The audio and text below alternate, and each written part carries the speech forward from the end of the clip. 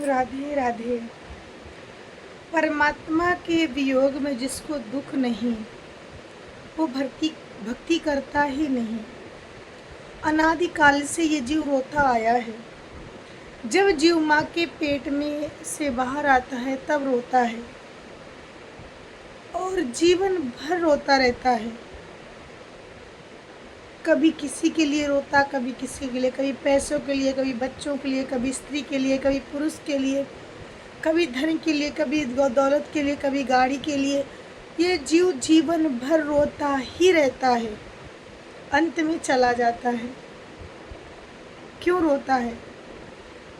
क्योंकि जो परमात्मा के लिए रो गया उसको शांति मिल जाती है। जो भक्ति करके ईश्वर के लिए रोता है उसे शांति मिलती है, और जो ईश्वर के लिए नहीं रोता, संसार के सुखों के लिए जीवन भर वो रोता ही रहता है। भगवान के दरबार में जाओ, भगवान के सामने रो दो तो हमारे पाप भस्म हो जाते हैं।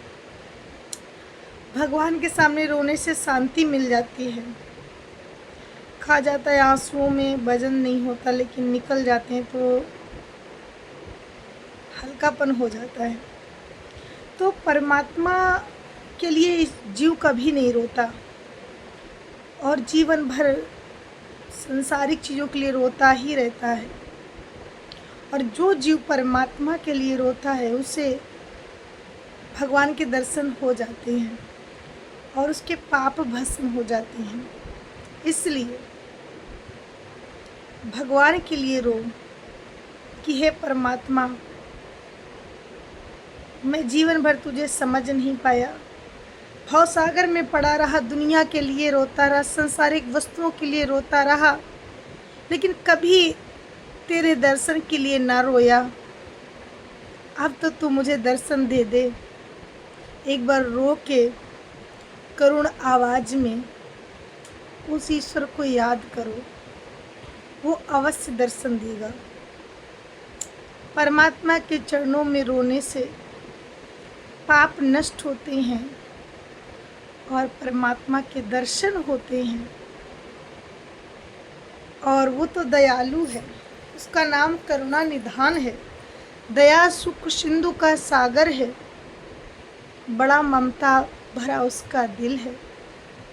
वो दर्शन देगा और जीवन भर रोने से अच्छा है उसके लिए रो लो, जीवन सार्थक हो जाएगा।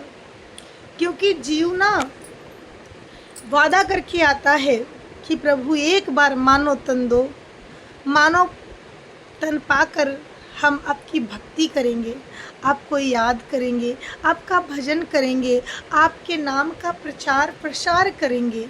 लेकिन जैसे मानव बनकर हम इस दुनिया में आते हैं, उस सत्य को, परमात्मा को भूल जाते हैं, असत्य में, माया में लिप्त होते हैं और जीवन भर माया के लिए रोते रहते, कभी परिवार के लिए, बच्चों के लिए, घर के लिए, पत्नी के लिए, पुत्र के लिए, और रोते रोते पूरा जीवन निकल जाता है।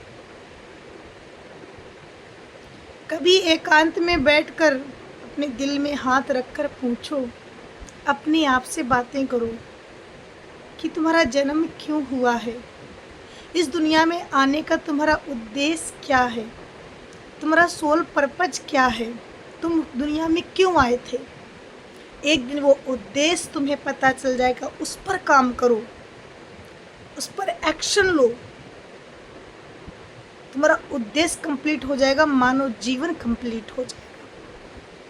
हमारा यहाँ आने का उद्देश्य क्या है, इस दुनिया में आने का पर्पज क्या है, वो सोल पर्पज मेरे सामने आ जाए, उसको पूरा करने के लिए मैं इंस्पायर एक्शन लेती हूँ। इंस्पायर एक्शन लेते लेते सोल पर्पज मेरा कंप्लीट हो जाए तो तुम्हें आनंद से भी आनंद आएगा। इसलिए अपना उद्देश्य याद रखो कि तुम क्यों आए थे। क्या इस घर गृहस्थी के लिए आए थे, या परिवार बच्चों के लिए आए थे, कि दौलत के लिए आए थे? नहीं, उद्देश्य क्या था आने का, ये याद रखो। हम लोग एक वादा करके आए हैं उस परम पिता परमात्मा से, वही मेरा पिता है, वही मेरा घर है, परम धाम ही मेरा घर है, हम अंश हैं, वो मेरा अंशी है। तो सत्य को जानो।